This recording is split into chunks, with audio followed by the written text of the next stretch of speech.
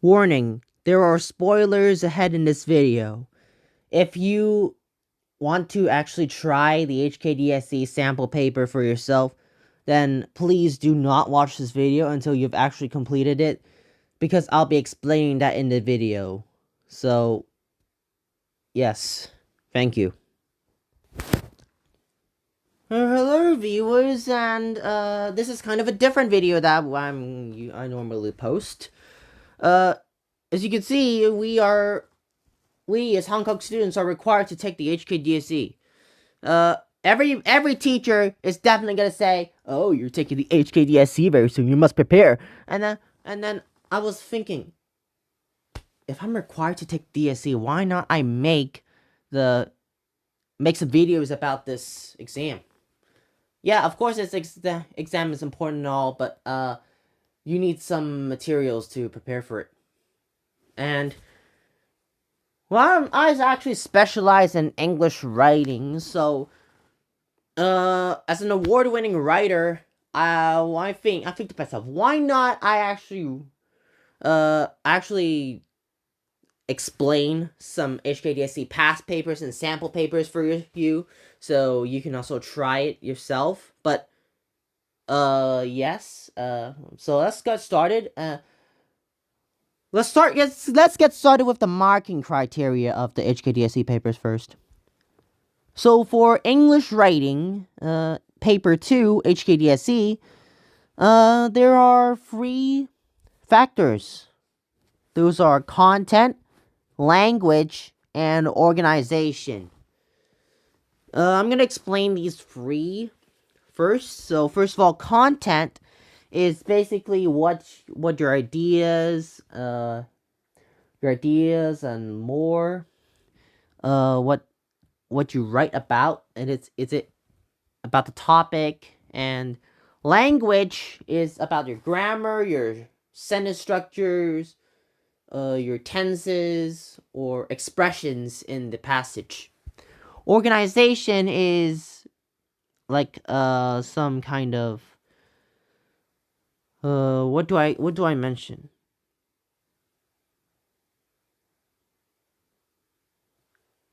The paragraphing and more. So what you like to aim for is about 5 and a 6, because it's very hard to get a 7, but you can take a look at it as well. I'm gonna read number 6 because that's the highest I've gotten. Mark 6, content. Content is extensive and entirely fulfills the requirements of the question, and totally relevant. You need to understand the topic of what you're writing and what you want to say about it. And then most ideas are well developed. Yep, you have to elaborate on your ideas, such as especially during your main points of the in the passage. This also includes speaking. Creativity and imagination are shown when appropriate. Of course, you don't go like, "Oh my gosh, there's a fairy tales and such." No, but just like it says, if it's appropriate, you can show creativity and imagination. Like, broaden your ideas a little. Engages the reader's interest consistently and shows a high awareness of audience. You will have to try and impress whoever is marking your paper. I have no idea who it is. You have no idea who it is, but just pretend you're actually in a writing competition. So you can actually take a look, as this is posted in the HKEAA website. I'm not going to just explain to you entirely, but you do not want to get 2, 1, or 0. That's probably level 1. So without further ado, I'm gonna try and explain to you the 2024 HKDSE sample paper. Alright, so in the HKDSE or any of your school exams, if you're in Hong Kong, the English writing will have 2 parts. Part A, which is a short task, and Part B is a long task. Part A consists of 200 words at least, a minimum, and Part B is 400 words. I would say for English writing, if you want to get a higher mark, I would say aim for about 300 in part A and 600 in part B. Like, really, you can express all of your feelings in it. So let's start with part A. For question 1, write about 200 words in the spaces provided on pages 2 and 3. This part is compulsory. Normally in part B, you would have 4 to 8 questions to pick, but this one, no. You have no choice. Yeah. And let's read the question first. Last month, you took part in one of the classes offered at the Summer Institute. So last month, you took part in one of the classes offered in the Summer Institute. The Institute would like you to complete the following questionnaire, which is right here, after taking the class. For some cases, you will have no idea what they're talking about because you will have to imagine that situation yourself.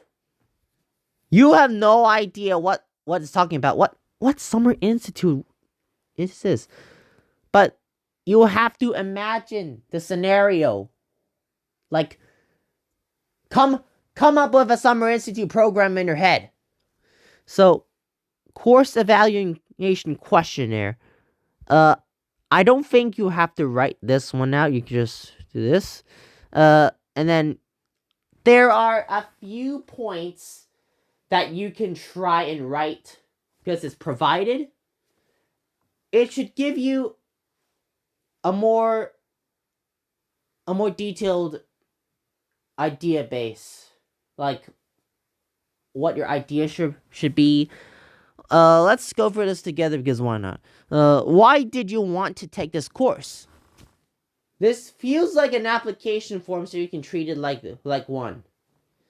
What I write about is what your, for example, a Summer Institute, like an English writing course. Like I'm giving you an example. You write that I think I should ameliorate my performance in English writing, so you can try and take this course in order to do so. Or if you want to enhance your English writing skills by taking this course, and sometimes if you find some information on the internet about this course, you can write about that too, such as some skills that you may not be able to learn in mainstream school, or some special tactics about English writing as well. You can try to elaborate the ideas and write a lot more, like lots of lines, and use certain advanced vocabulary to enhance your score in the DSE.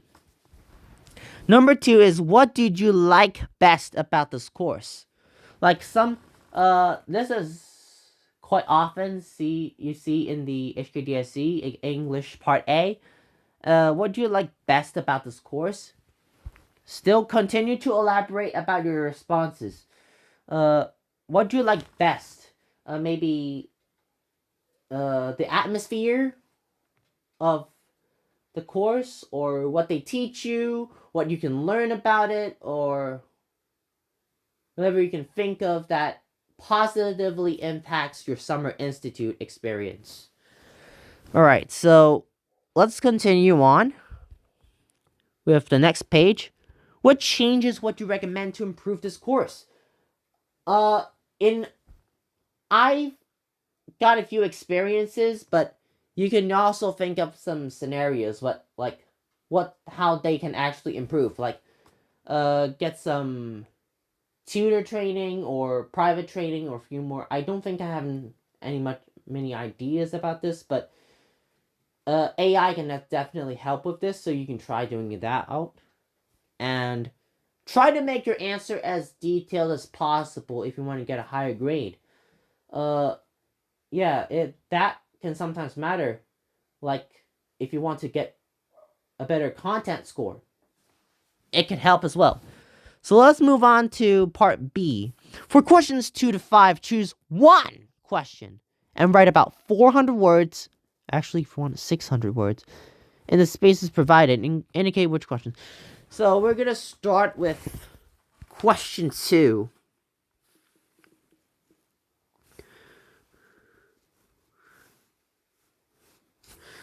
Alright, so question 2 means you are taking part in a student-organized exhibition on what makes Hong Kong special. You would like to write an article about the Star Ferry and have interviewed 2 people for your article, which will be posted on the exhibition's website. Write the article. Yeah, write the article. Of course. What are you gonna do? Read the article? But anyways, this part, you don't have to think of what actually makes Hong Kong special because it provided to you. Star Ferry. This image could probably give you an insight on what you can write about, like the history of Star Ferry or how it's important in Hong Kong. Because Star Ferry is what makes Hong Kong special. And besides, you have interviewed 2 people. You can maybe interview a high rank of the Star Ferry Corporation or a company. And maybe a civilian that takes Star Ferry often, like every day. And then they will be posted on the exhibition's website. So you can write about 4 to 5 paragraphs. The first part is the article. The article's title. And the article's title, no, you don't have, I don't think you have to, but it really depends on what article it is. You're writing an article, so you can say, like, Hong Kong has a lot of stuff that makes it special, but Star Ferry is what it stands out. It stands out among others. So you can write that. And then in the first 2 paragraphs, you can write about 2 key points, like Star Ferry's history in 1 paragraph, if you know about it, and the commuting of passengers that Star Ferry allows passengers to travel between Kowloon and Hong Kong Island, and it is a memory of millions of Hong Kongers. You can say that, and then the 3rd and 4th paragraphs will include the interview details of 2 people, like how they think Star Ferry is special, and what their thoughts about it as well. Think of the interview in your head as well. Alright, so next one is question 3. Is your school has been awarded a government fund. You are a member of the Students' Association. Write a proposal to the school management suggesting 2 ways to use the fund to improve the facilities and or learning and teaching in the school. So this is basically a proposal. You are proposing to use the government's fund to enhance the development of your school. One thing is for sure, do not write your actual school's name. And as you're a member of the School Students Association, you can actually pretend that you're actually in a role and think of anything that your school's missing out on, or anything that it would benefit the students or teachers, because learning and teaching is also part of this proposal. My ideas includes adding some function rooms or teacher development programs and such, because you're using the government's money from the fund to boost the development of the school. This writing passage can consist of 3 to 4 paragraphs, and we're proposing, first part you say we're proposing blah blah blah, and then the 2nd and 3rd and 4th paragraphs you can write 1 point about each, and you have to explain what it's actually used for and how you're actually gonna make this work, how it can make things work. And then the fifth paragraph can be the closing. The fourth question is, you are a blogger who writes about cultural trends. Write a blog post on how Hong Kong popular culture has been influenced by Japan and or Korea. This is a challenging question. Like, I had to take like 10 minutes to think of some ideas, because making up the ideas is definitely the hardest part. Because you have the ideas, you can write the entire passage. Let's not talk about the vocabulary just yet. Think of the ideas. Like, how Hong Kong popular culture has been influenced by Japan and Korea. Japan and Korea's culture has influenced Hong Kong to make their own culture and to make it more popular. Not sure this image gives you any thoughts about it, but